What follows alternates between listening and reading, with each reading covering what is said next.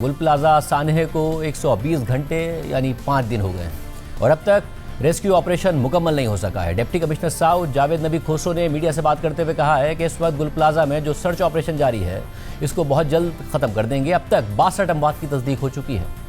ये जो हमारे ऑनगोइंग सर्च ऑपरेशन है इसको बहुत जल्दी ख़त्म कर देंगे। ये जो 62 के हम जो तादाद बता रहे हैं ये 77 के अंदर ही है सारे। ये से जब तक डीएनए हो जाए एक बार और नाम कंफर्म हो जाए तो ये नाम वैसे ही हम लिस्ट से निकालना शुरू कर देंगे। सिर्फ हम वेरिफिकेशन का वेट कर रहे हैं। पहले जो वेरीफाई हुए वो बंदे हमने लिस्ट से अभी कम कर दिए।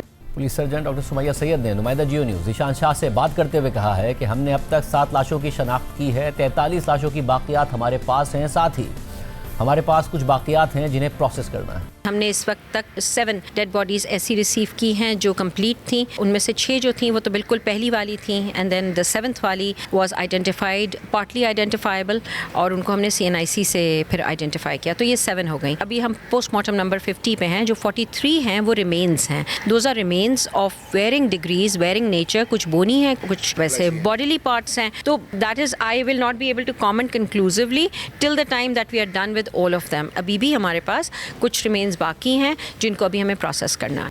गुल प्लाजा सानहे की तहकीकात में पेशरफ्त सामने आई है। तहकीकाती हुकाम ने सानहे से मुतालिक इब्तदाई रिपोर्ट तैयार कर ली है मगर वो अभी तक इब्तदाई रिपोर्ट है। नुमाइंदा जियो न्यूज़ काशिफ मुश्ताक की खबर के मुताबिक गुल प्लाजा में आग मसनूई फूलों की दुकान में लगी। आग दुकान में मौजूद बच्चों के खेलने के दौरान लगी।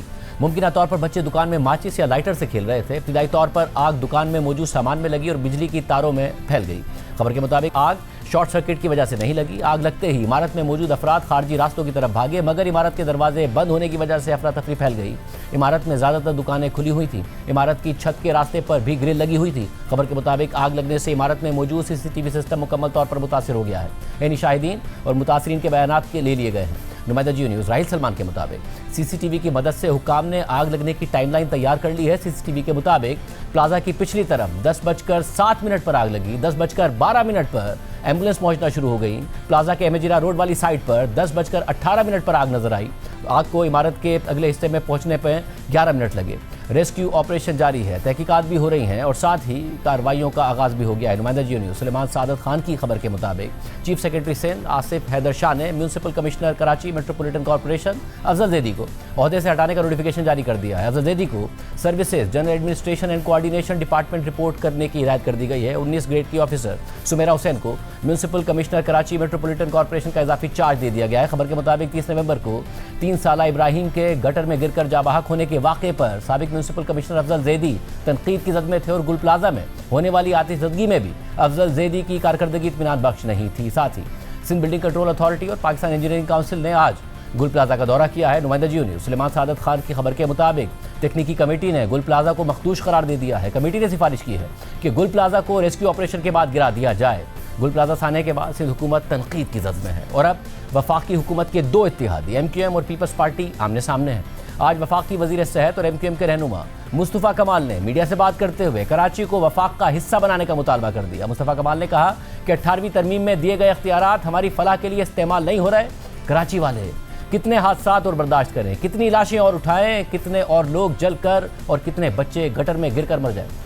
मैं रियासत को आज 2 बातें कहना चाहता हूँ मुल्क चलाने वाले को। इनफ इज इनफ, ये नहीं सुधरेंगे। कराची को आर्टिकल 148, आर्टिकल 149 के तहत फेडरल टेरिटरी का हिस्सा बनाया जाए। इसको पाकिस्तान का फाइनेंशियल दारुल खिलाफा बनाया जाए इसी आइन में रहते हुए। कितना और हम खून दें, कितने हादसात और हम बर्दाश्त करें, कितनी लाशें और उठाएं, कितने बच्चे और गटर में गिरें, कितने लोग और जर कर मरे। ये खास तौर पर सिंध के शहरी इलाकों के रहने वालों की नस्ल कुशी हो रही है। आप 18 सालों से हैं, आप हमें फांसी पे क्यों नहीं लटकाते? इस रियासत ने, हुकूमत पाकिस्तान ने हमें किन लोगों के हवाले कर दिया? इनके रहमो करम पे छोड़ दिया हमें। ये जो चाहे हमारे साथ करें, शहर के साथ करें, कोई पूछने वाला नहीं। ये 18वीं तरमीम का ड्रामा अब खत्म हो जाना चाहिए। 18वीं तरमीम में जो आपने पावर इन सूबों को दी है नाजायज, उसका ये नाजायज पावर इस्तेमाल करके हमें मार रहे हैं। वज़ीर इत्तलात सिंध शर्जील मेमन ने मुस्तफ़ा कमाल की प्रेस कॉन्फ्रेंस पर रद्द-ए-अमल देते हुए कहा कि आज एक शख्स कह रहे थे कि 18वीं तरमीम ख़त्म कर दें, कि 18वीं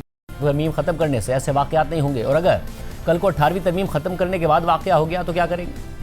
जमातें जो हैं वो इस सिचुएशन को भी पॉलिटिसाइज करने की कोशिश कर रही हैं। इन्होंने जितनी बातें आज प्रेस कॉन्फ्रेंस में की हैं मुस्तफा कमाल ने, उसकी एक एक बात का मुंह तोड़ जवाब मेरे पास मौजूद है, लेकिन इस वक्त हम उनके ट्रैप में नहीं आएंगे। आपके कायद की जब हड़तालें होती थी और 100 आदमी स्कोर गिन गिन के आप मारते थे शहरों पे, सड़कों पे रोजाना, और जिस तरह आप बोरीबंद लाशें देखते तब आपको इंसान की इंसानियत उसको याद नहीं आई थी। इस वाकये के एक दिन बाद ख्वाजा आसिफ साहब बयान दे रहे हैं, फिर 2 दिन बाद मुस्तफा कमाल साहब वही बयान दे रहे हैं। इनका मकसद क्या है ना? 18वीं तरमीम पे जिसको खत्म करनी है, जिसको भी खात्मा करना है, उसके लिए असेंबली खत्म करेगी ना। मैं तो नहीं खत्म कर सकता, आप तो नहीं खत्म कर सकते। असेंबलियों में जाएं, अपनी अक्सरियतें लेके आए, लेकिन टीवी पे ढंडोरा पीटने के लिए 18वीं, अगर कोई हादसा हो जाए तो 18वीं तरमीम ले आओ।